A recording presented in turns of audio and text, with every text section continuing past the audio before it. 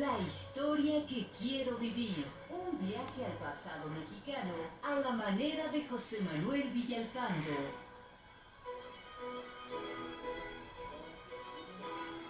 Amigas, amigos, muy buenas tardes tengan todos ustedes. Los saluda con el afecto de siempre José Manuel Villalpando aquí en una emisión más de su programa, La historia que quiero vivir, que estamos transmitiendo esta tarde en vivo, aquí a través de los micrófonos y frecuencias de Radio Fórmula en el 103.3 de FM, en el 970 de AM, aquí en la capital de la República Mexicana, llegando a alguna que otra ciudad al interior del país, porque ya saben ustedes las batallas que libramos contra los autos de lujo, pero eso sí, alcanza nuestra señal hasta los Estados Unidos de América, a Puerto Rico, a Canadá y a todo el mundo, por supuesto, a todo también el territorio nacional, siempre y cuando haya señal de internet, gracias a la página www.radioformula.com.mx. Estamos, repito, en vivo en este programa que, como ustedes bien saben, y sí estoy orgulloso de repetirlo cada vez, es el más escuchado de la radio en México en este horario complejo y difícil de los sábados a las 4 de la tarde, pero recibí también un dato más.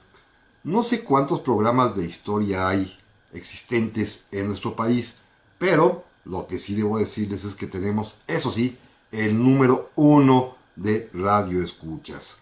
Hay otros más, no voy a repetir los nombres porque es la competencia de alguna manera, pero creo que a todos los llevamos de calle gracias al favor de todos ustedes, porque este programa tiene el mayor número de audiencia de temas históricos. Así que se los aprecio como siempre y estoy profundamente agradecido. También les quiero recordar que como siempre tenemos aquí a su disposición un par de vías electrónicas para poder comunicarnos, como lo son el correo, primero, villalpandohistoriador@gmail.com, y la página de Facebook, Villalpando y la Historia. Rápidamente, como siempre lo hacemos, daré paso nada más mencionando a las personas que amablemente ya se comunicaron con nosotros, como nuestra amiga Itzel Arizaí Córdoba Teimenet, allá en Veracruz, en el estado de Veracruz.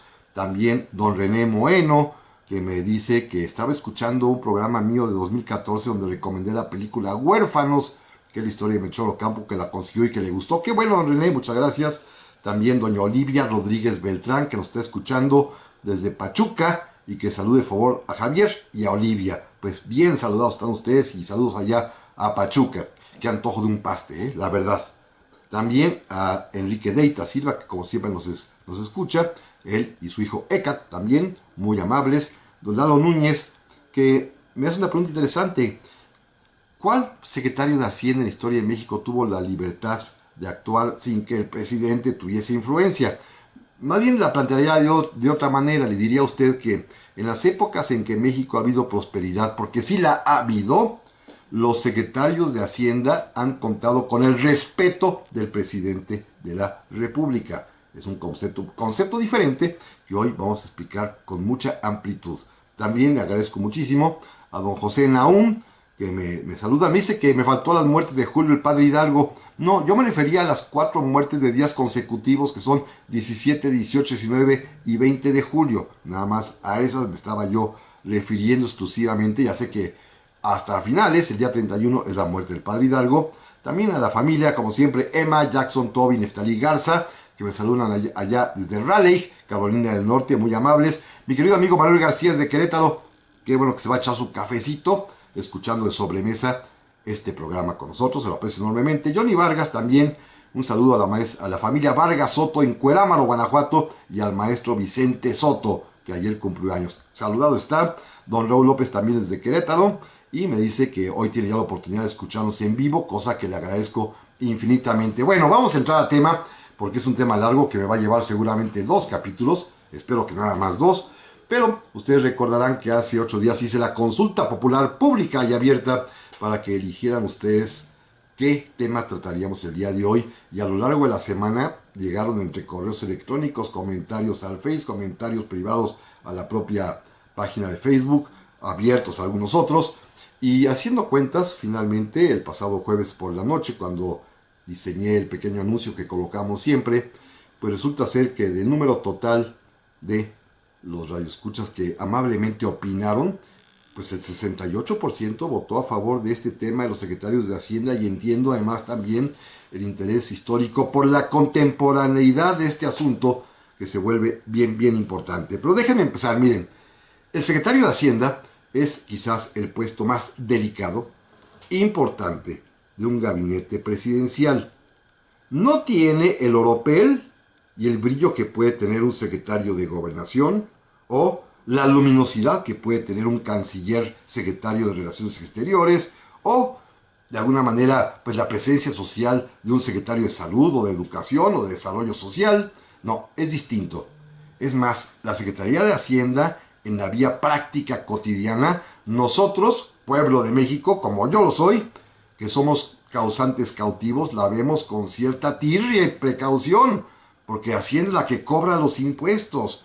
Bueno, este papel tan importante, no solo de cobrar impuestos, sino otros más que ahorita mencionaré, le corresponden al secretario de Hacienda y Crédito Público, que a lo largo de la historia de México es un puesto verdaderamente difícil, conflictivo, complicado, y qué bueno cuando hay épocas de vacas gordas, pero normalmente en este país nuestro, de todo nuestro dolor, las épocas han sido de vacas flacas, salvo momentos muy específicos que iremos mencionando a lo largo de estas emisiones. Miren, para que vean ustedes el tamaño del problema, México, como todos sabemos, consuma su independencia en el año de 1821, y simplemente hasta el año de 1857, cuando toma posesión de la presidencia de la República Benito Juárez, en esos apenas 36 años de vida independiente, ¿cuántos secretarios de Hacienda o cuántos cambios en el gabinete de secretarios de Hacienda creen ustedes que hubo? En solo 36 años cambiamos 156 ocasiones al secretario de Hacienda. Fíjense qué tremendo, ¿eh? En 36 años, 156 cambios de secretario de Hacienda. Algunos repetían, pero son 156 movimientos. El propio presidente Juárez, que gobernó 14 años a partir de diciembre de 1857 y hasta julio de 1872, en este periodo largo de gobierno de 14 años y pico, el presidente Juárez cambió secretarios de Hacienda 33 veces. 33 veces hubo cambios de secretarios de Hacienda. Hasta que finalmente en 1867, cuando la economía mexicana medio empieza a consolidarse, ya va a ser mucho más lento el cambio de secretarios. Miren, entre 1867, ya cuando triunfa Juárez sobre el imperio, y hasta el día de hoy, hasta ayer, porque todavía es el mismo, todavía el de ayer, llevamos ya nada más 63 secretarios de Hacienda. Esto es para marcar la volatilidad del primer periodo, de 1821 a 1867, donde hubo finalmente 189 secretarios de Hacienda, y lo que ha pasado en los últimos ya 130 años, de 1868 a nuestros días, donde ya nada más han habido 63 secretarios de Hacienda. Esto pues es importantísimo señalarlo para que vean ustedes el paquetote que tiene un secretario de Hacienda. Hay que decir que este hombre, este funcionario público, sea quien sea, tiene a su cargo una parte vital del funcionamiento del gobierno federal en México. No digo ahorita, de toda la historia de nuestra vida independiente, es quien debe elaborar el presupuesto de egresos, es decir, lo que va a gastar el gobierno. Y también, si va a presupuestar lo que va a gastar el gobierno, ¿en qué? En salarios a los maestros, en salarios a los burócratas, en salarios a las Fuerzas Armadas, en armamento, en obra pública, que desde aquel tiempo ya existía esta necesidad. Esto se pagaba ya desde 1821, esta cuestión de tener servicios públicos a cargo del gobierno federal. Y para cubrir ese presupuesto solamente hay dos maneras, que también corresponde planear y finalmente ejecutar una vez que lo apruebe el Congreso, claro, con la anuencia de su presidente. Solamente hay dos maneras de cubrir el presupuesto: vía los impuestos, que todos odiamos, o vía los empréstitos internacionales o el financiamiento externo, que es lo mismo. No hay de otra, ¿eh? Para que un gobierno tenga dinero para cumplir con sus deberes de servicios que proporcione a la población, desde salud hasta la defensa nacional, necesita dinero, y el dinero solamente le llega al gobierno o por vía de los impuestos o por vía de los préstamos del exterior. Y también pues al secretario de Hacienda le toca cuidar estos préstamos, cuidar los impuestos, cobrar los impuestos, le toca a él ese papel espantoso que hoy se hace a través del SAT y que pues antes se hacía a través de las agencias recaudadoras del gobierno federal. Este es pues el papel del secretario de Hacienda, lo delicado, lo importante de su misión. Y repito, cuando ha habido épocas de abundancia, de bonanza, de vacas gordas, al secretario de Hacienda le va bien. Piensen ustedes en las épocas de don Porfirio con José Yves Limantura al frente de la Secretaría, o en las épocas de Lázaro Cárdenas y Ávila Camacho con Eduardo Suárez, o en las épocas de López Mateos y Gustavo Díaz Ordaz con Antonio Ortiz Menas, y aunque duela, y en las épocas de Fox, que nada más hubo un solo secretario de Hacienda, con Francisco Gil Díaz. Las épocas más o menos de bonanza económica en nuestro país, con estabilidad. Volvemos enseguida. Ya estamos aquí, amigas y amigos, para el segundo bloque de esta tarde, en el que estamos platicando de los secretarios de Hacienda en la historia de México. Bueno, todavía no empiezo, apenas fue un prólogo muy largo, pero gracias también a las personas que amablemente ya se han comunicado, como Rosa Araceli Rotaeche. Muchas gracias, don Alfonso Rodríguez, de San Luis Potosí.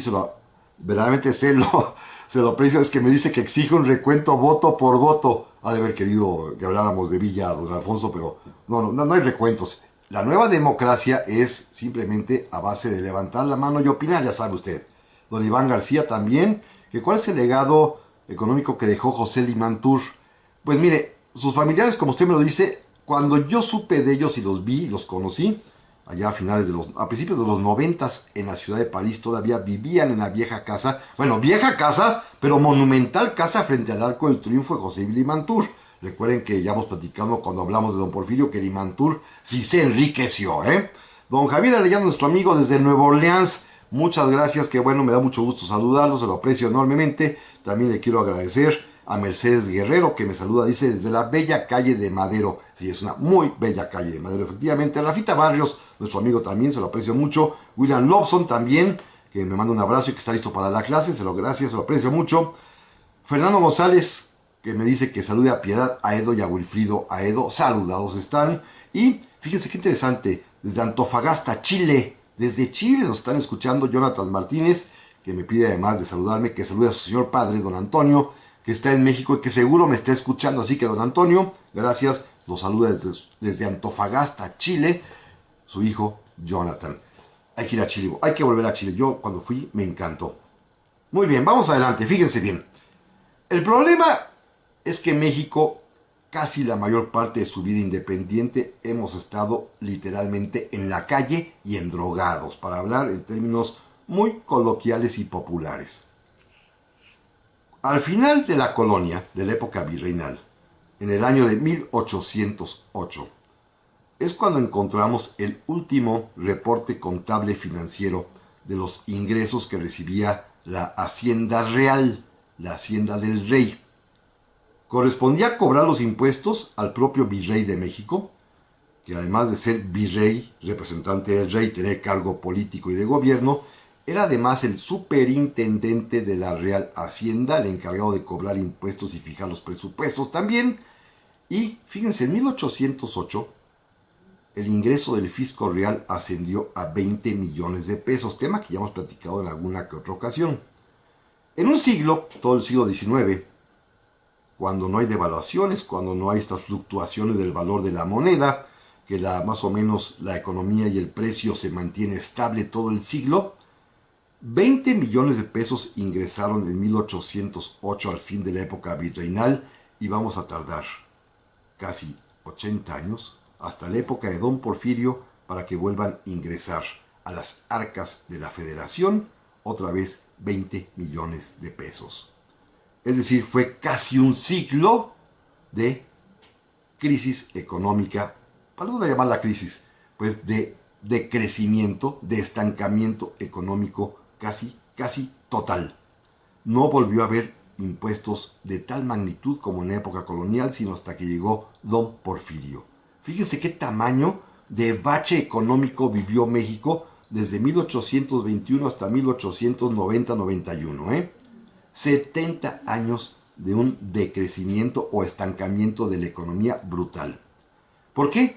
Porque la guerra de independencia lo echó a perder todo en términos económicos. Y advierto, no lo digo yo, lo dice un liberal, el famosísimo autor, filósofo, historiador, teólogo, sacerdote primero católico y después anglicano, vendedor de Biblias al final de sus días, embajador de México en Inglaterra, José María Luis Mora. En su libro México y sus revoluciones, ahí claramente denuncia que él, que sabía economía, daba cuenta de cómo la guerra de independencia destrozó la economía virreinal por completo. Con otra, los virreyes sabían cobrar impuestos. Sí, lo hacían por la fuerza, pero los impuestos se cobraban. Y ustedes recuerdan cuando platicábamos ya de las reformas que impuso el rey Carlos III, como una de las principales motivaciones era justamente incrementar la base tributaria de los contribuyentes novohispanos y incrementar sus impuestos. ¿Se acuerdan que aumentó, por ejemplo, el tributo indígena de 1 a 5 pesos al año? Aumentó el impuesto al comercio, la medianata, el quinto real se cobraba y se exigía. Los impuestos se cobraban rigurosamente y por eso se alcanzaron esos 20 millones de pesos en 1808 que servían primero para sostener la propia administración pública del virreinato con 4 millones. Segundo, 2 millones de pesos para la obra pública. Con eso se construyeron, por ejemplo, grandes edificaciones como el Colegio de Minería o como el gran viaducto, como puente, el Puente del Rey o llamado Puente Nacional en el camino de Veracruz a Jalapa. O también, por ejemplo, las fortificaciones de San Juan de Ulúa al Castillo de Perote. Esto se paga con estos 2 millones de pesos que sobran al año. 4 más, recuerden ustedes que lo hemos platicado, 4 millones de pesos más envía la Nueva España para sostener y mantener a Cuba, a Puerto Rico y a la Dominicana, porque pensábamos que eran nuestras, dependían del virreinato novohispano, y aún sobraban 10 millones de pesos que se enviaban año con año a España para que el rey, este tontín de Carlos IV, lo dilapidara, se lo gastara en sus palacios, en sus fiestas, se lo regalara a Napoleón o simplemente se desperdigara y se desperdiciaran 10 millones de pesos. Esto lo hemos platicado, ¿se acuerdan? Pero el problema está que la guerra de independencia acabó con la producción del país. La guerra arrasó los campos de cultivo, la guerra cegó las minas, la guerra arrasó también con el ganado en las cuestiones ganaderas, en los campos, la guerra aniquiló al comercio, la guerra fue fatal para la economía novohispana y nos convertimos en una nación libre e independiente, pero además también, no solamente el efecto destructor de la guerra que acabó la economía, sino que la promesa de la independencia, justamente por el odio que despertaban los cobradores de impuestos virreinales, una de las promesas de la independencia que hoy nadie se atreve a recordar es la baja o casi la quita de impuestos. El padre Hidalgo, recuerden que no solamente abole la esclavitud, también exige que se acaben las gabelas y los tributos. ¿Qué son las gabelas? Los impuestos locales que se pagaban en las alcabalas interiores,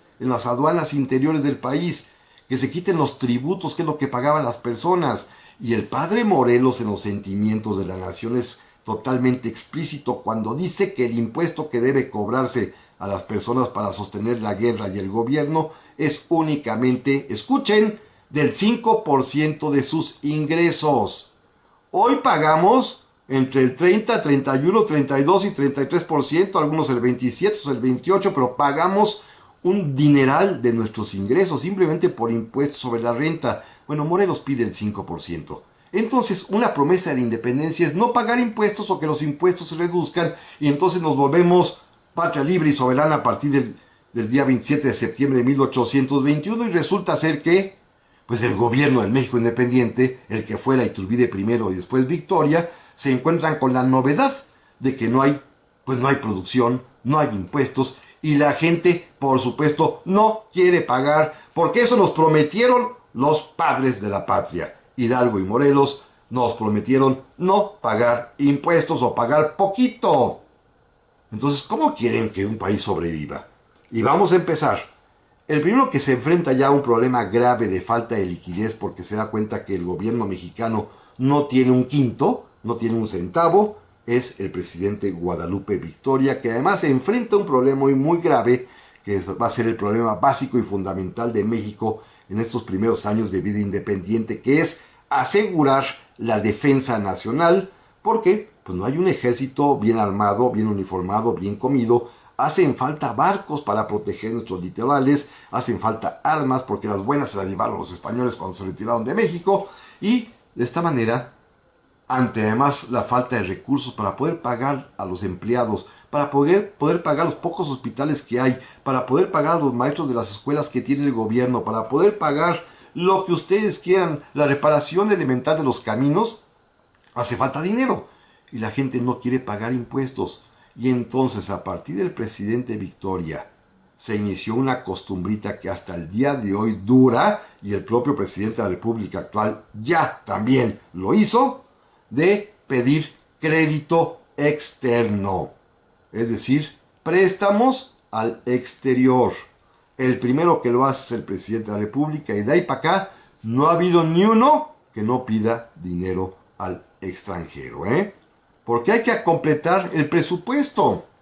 Si la gente no paga impuestos, pues mientras la gente menos pague, pues el gobierno tendrá que pedir más y más prestado para poder cubrirlo. Así que Victoria es el primero que se enfrenta a este dilema a través de su secretario de Hacienda, José Ignacio Esteva, que es el que tiene que negociar con las casas comerciales o bancarias inglesas Berkeley y Goldsmith, de donde obtuvimos un crédito por 16 millones de pesos, de los cuales ya nada más nos llegaron 8, porque los otros 8 se enviaron en especie. Nos mandaron fusiles y nos mandaron 3 barquitos que compramos. Debo decir a ustedes que los fusiles fueron los que Inglaterra tenía en bodegas y que habían participado con ellos en la batalla de Waterloo en 1815. Estos fusiles ingleses que llegaron en 1825 fueron tan buenos y tan eficientes y duraron tanto tiempo que, aunque no lo crean amigos, con estos mismos en 1847 pelearon nuestro ejército contra los invasores norteamericanos, para que vean lo mal que andábamos en cuestión de armamento. Compramos rifles ya usados y nos duraron todavía 20 años más o 25 años más. Esto es lo que le pasa al presidente Victoria con su ministro José Ignacio Esteva, pero además también México, ya saben, como hasta el día de hoy, acaba de pasar hace unas semanas, farol de la calle y oscuridad de la casa, porque con ese dinero 1 millón de pesos se lo regalamos, dizque en un préstamo, a Colombia. Volvemos enseguida. Ya estamos aquí, amigas y amigos, para el tercer segmento de esta tarde de la historia que quiero vivir, en la que estamos platicando los secretarios de Hacienda a lo largo de la historia de México. Apenas llevo uno, pero ahí vamos, poco a poquito, pero creo que es importante que podamos explicar todo este precedente de cuáles son los problemas gravísimos que sobre sus hombros lleva el secretario de Hacienda, sobre además quien va a recaer no solamente la responsabilidad fiscal y presupuestal mexicana, sino también la respetabilidad y confianza del exterior, porque este secretario de Hacienda se convierte en el, de alguna manera, recipiendario del crédito público. Depende mucho, más que del presidente de la República, del respeto que tengan los bancos, los mercados, las naciones extranjeras por el secretario de Hacienda de un país. Este es fundamental. Gracias, por supuesto, a don Arturo Ciranda Montañez, que me escribe desde Prospect Hills, Omaha, Nebraska. Gracias, se lo aprecio muchísimo. Alfonso de la Mora, también le aprecio enormemente que me haya escrito. Rafael Aldana, muchas gracias también su comentario, se lo aprecio enormemente. Don Pedro Rodríguez León desde San Miguel, Iztapalapa, muchas gracias. Ágora Condesa me dice que es excelente programa. Imparcial, bueno, no tanto a veces, objetivo, a veces tampoco. Bien documentado, eso sí se lo juro. Pero ya sé, hago comentarios.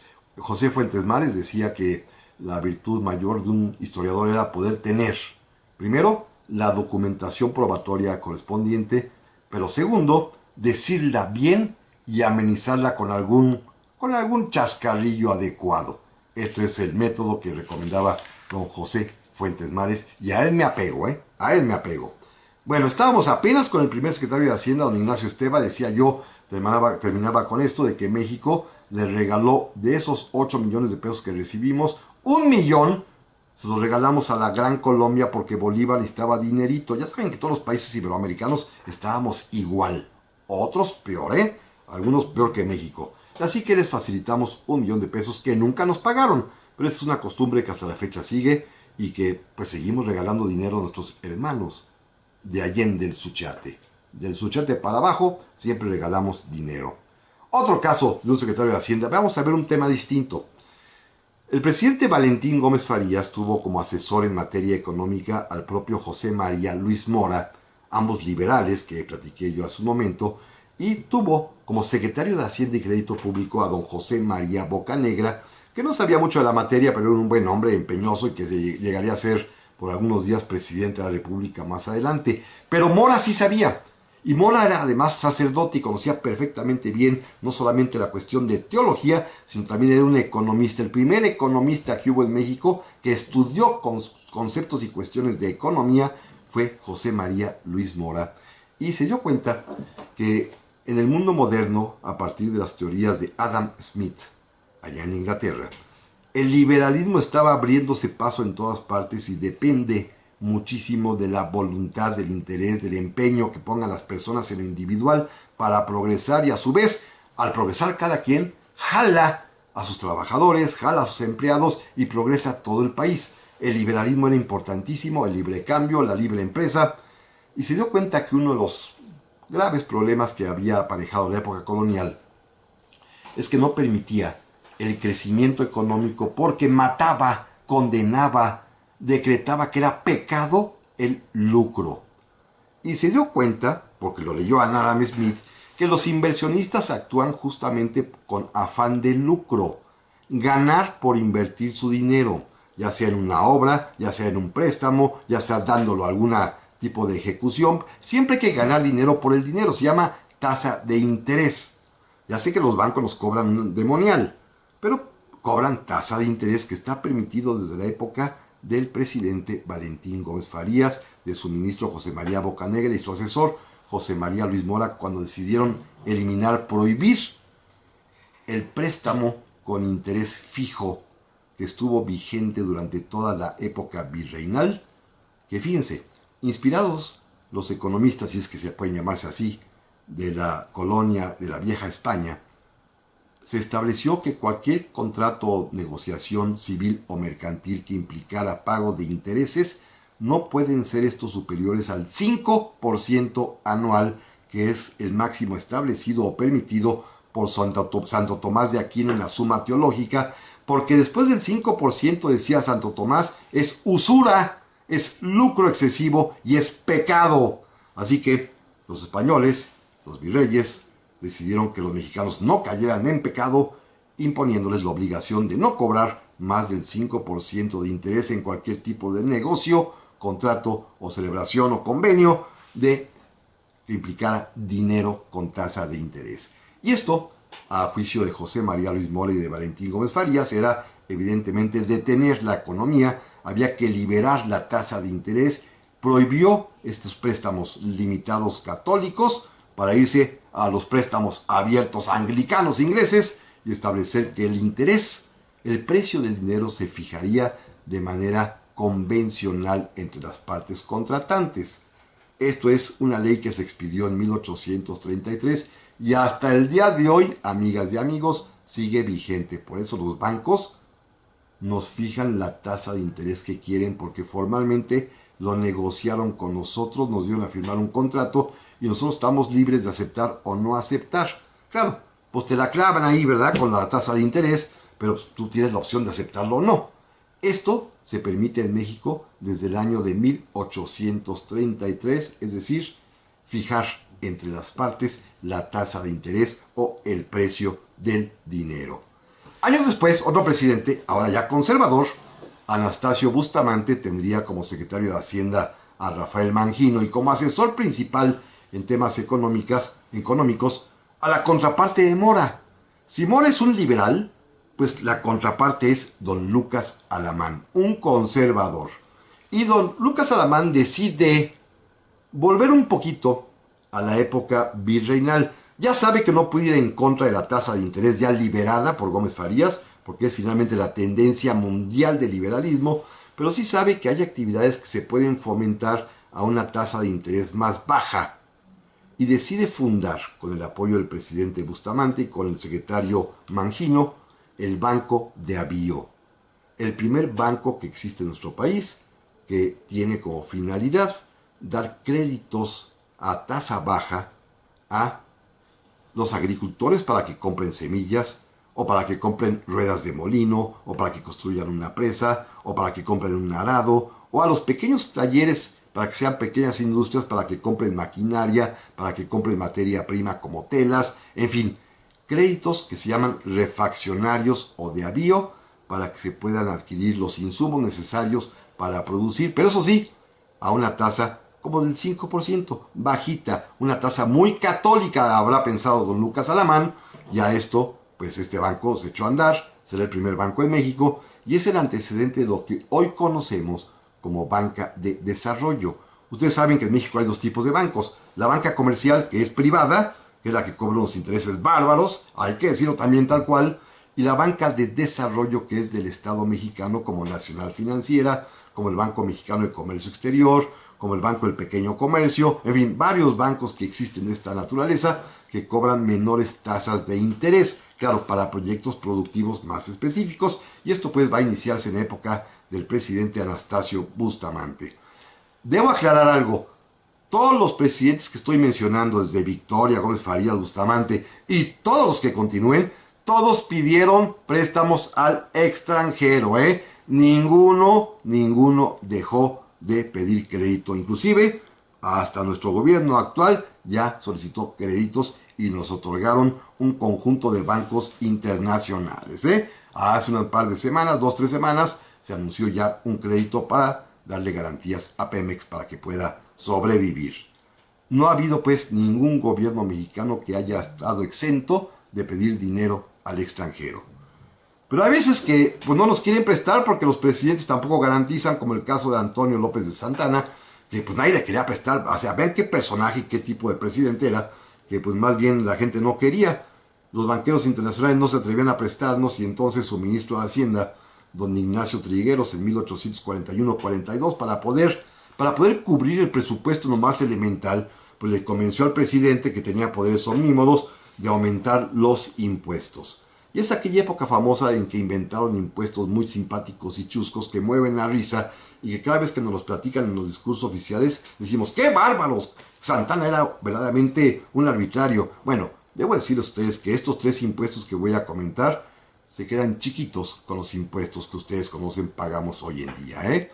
Hoy en día sí se sirvieron con la grande, desde hace muchos años para acá, y nos cargan cada impuestito que verdaderamente los de Santana son de niños. Miren, Santana inventa el impuesto a los coches, eran de caballos, pero es el primer impuesto. La tenencia la inventa Antonio López de Santana a través de su ministro Ignacio Trigueros. ¿Aquel impuesto otros se acuerdan? De las ventanas de las casas. Uy, que cómo se hace escándalo y mofa de eso. Bueno, hoy hay impuestos peores, ¿eh? Muy más graves y más pesados. Bueno, Santana cobraba impuestos por las ventanas en las fachadas de las casas. Y este que es glorioso, el impuesto que llamaban de la leche o a las nodrizas. ¿Se acuerdan lo que son las nodrizas? Aquellas mujeres que se rentan o se contratan para amamantar a los niños de casas ricas o de clase media, cuando las señoras del hogar o no tienen leche o no quieren darle al bebé, así de simple. Entonces, en aquel tiempo, cuando no hay fórmulas ni hay biberones, pues se contratan nodrizas para que alimenten amamantando a los niños y se les paga un dinerito. Bueno, se dieron cuenta Trigueros y sus agentes fiscales que era tan importante esta actividad que decidieron que el 10% de la tarifa que se paga a las nodrizas fuese impuesto. Obviamente las nodrizas incrementaron su tarifa para no perder, y hubo que pagar el impuesto de la leche por amamantar a los niños sin darle el pecho de la madre y contratando a otra mujer. Volvemos enseguida.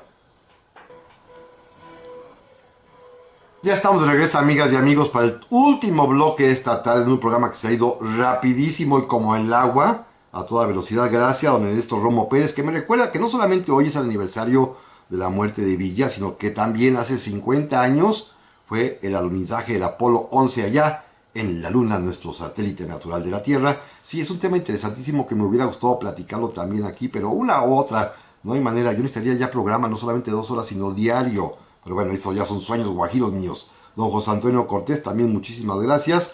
Me saluda desde Álvaro Obregón. Don Raúl Tamayo, nuestro amigo desde Indianápolis, muchas gracias, que es un historiadicto, se lo agradezco muchísimo.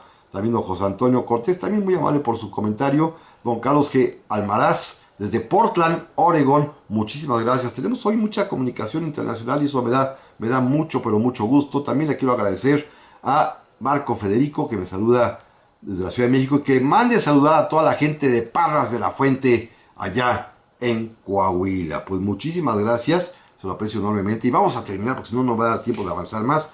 Miren, pues Santana impone este impuesto de las nodrizas de la leche, que es muy simpático, pero el siguiente presidente, don José Joaquín Herrera, que es un buen hombre, inclusive le dicen el presidente sin mancha, porque era honradísimo, no solamente honrado, honradísimo, a grado tal que un buen día su ministro de Hacienda, don Mariano Riva Palacio, el papá del general Vicente Riva Palacio, lo fue a ver a Palacio Nacional, donde vivía el presidente, y cuando entró a su habitación, pues lo encontró comiendo una pobre vajilla de peltre, apenas un caldito de pollo ahí con una pielita muy escuálida. Señor presidente, voy a hacer lo posible por ya poderle pagar sus sueldos.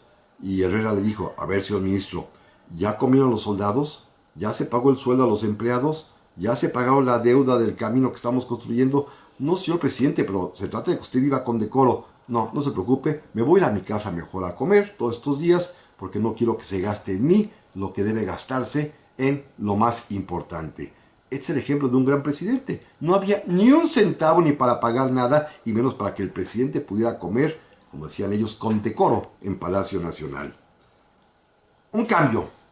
De pronto llegan los primeros ministros de Hacienda que sí saben del tema, que saben economía, porque Mariano Riva Palacio era abogado, Ignacio Trigueros era abogado, los que hemos mencionado se dedicaban a otras cosas y cuando mucho conocerían de negocios, pero no sabían, salvo Mora, no sabían de economía.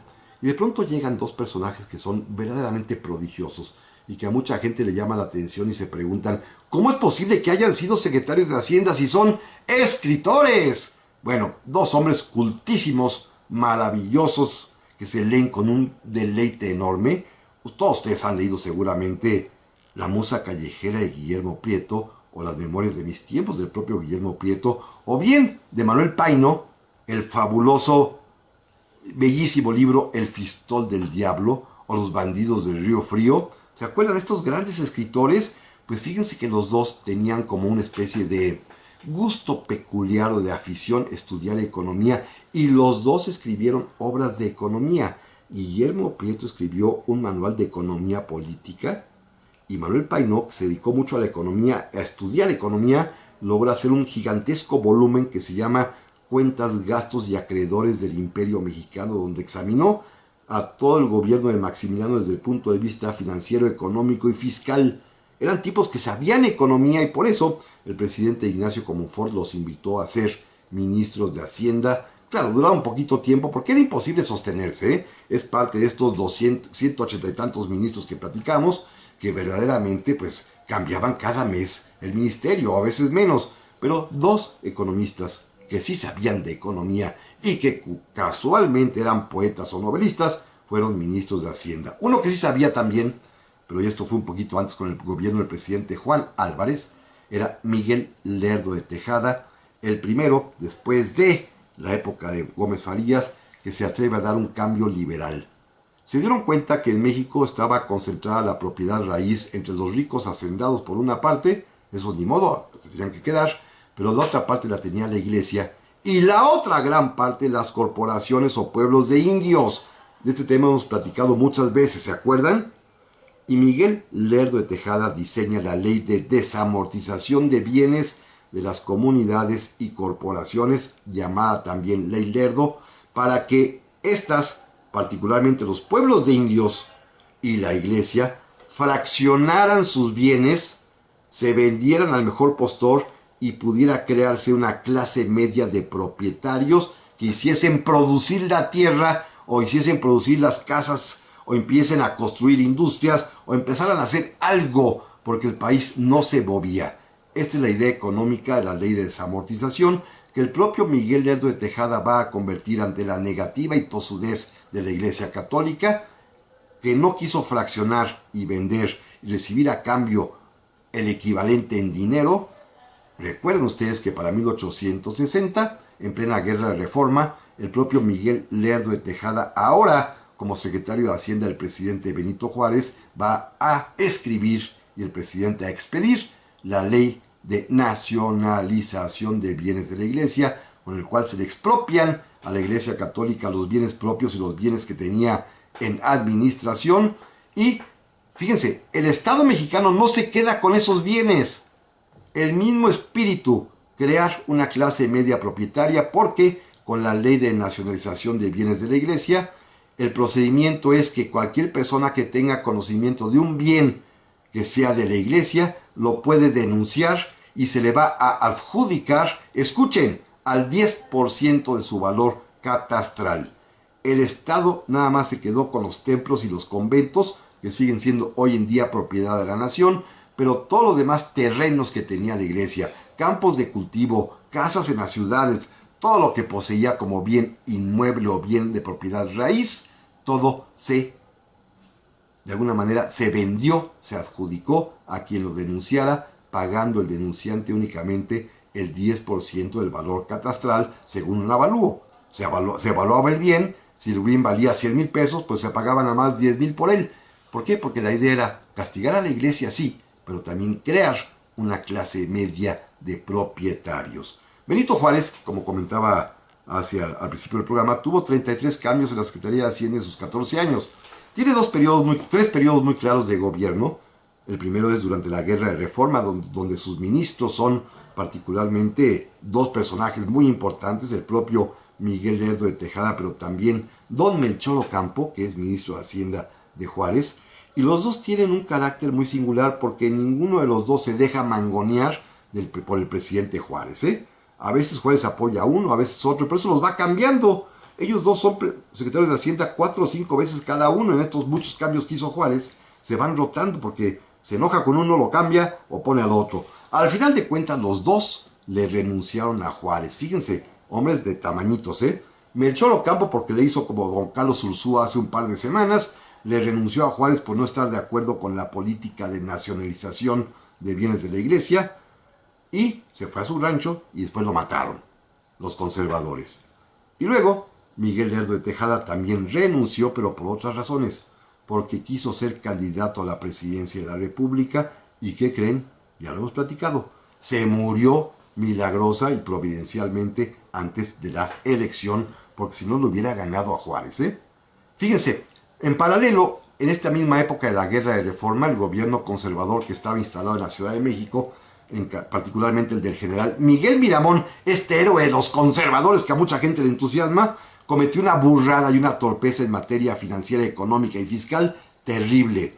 Primero puso como secretario de Hacienda a su concuño, al señor Isidro Díaz.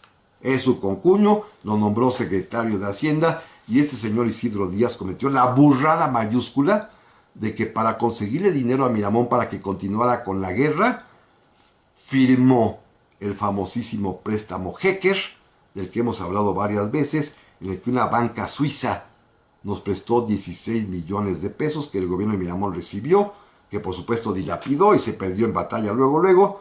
Pero recuerden, amigos, este préstamo Hecker es la causa de la intervención francesa de un par de años después, porque este angelito del banquero Hecker y el tontito de Isidro Díaz y el tontote de Miguel Miramón firmaron el contrato que establecía que el crédito fijaría o cobraría o ganaría una tasa de interés del 90% anual.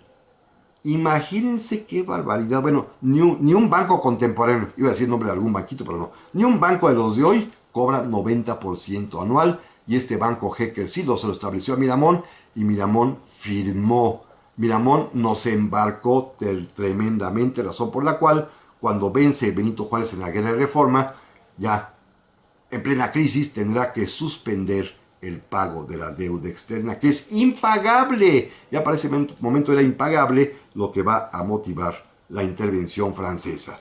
Cuando esto sucede, Juárez huye hacia el interior del país, se va a refugiar hasta Ciudad Juárez, Paso del Norte, Sus ministros de Hacienda son particularmente Sebastián Lerdo de Tejada, José María Iglesias, pero estos pobres pues no administran nada, la pura miseria porque no hay ni dinero. Hasta que venza a Maximiliano, volverá nuevamente la estabilidad. Maximiliano por su parte llegó con la idea de que México podía producir de ingreso, fíjense, hasta 18 millones de pesos, ni los 20 que tenía la época colonial, pero le falló. Tuvo que recurrir a un ministro de Hacienda francés que le impuso Napoleón, el intendente Friant, para que tratara de cobrar impuestos, pero fue imposible. Maximiliano fracasó también porque nunca pudo cobrar impuestos. Benito Juárez triunfa y nombrará ya como secretario de Hacienda el primero de ellos de tradición hasta nuestros días, cuya efigie está además en el patio de la Secretaría de Hacienda, en el patio del Patio Mariano, donde hay varios bustos de secretarios distinguidos. El primer secretario de Hacienda importante de México, que es don Matías Romero. Un personaje de primer nivel, cuyo mayor mérito, si ustedes quieren, va a ser equilibrar las finanzas, pero su segundo es que es quien le va a recomendar a Porfirio Díaz a José Iblimantur. Hasta la semana que entra, amigas y amigos. Gracias a Guillermo López Negrete por su atención, como siempre. Nos escuchamos de hoy en 8.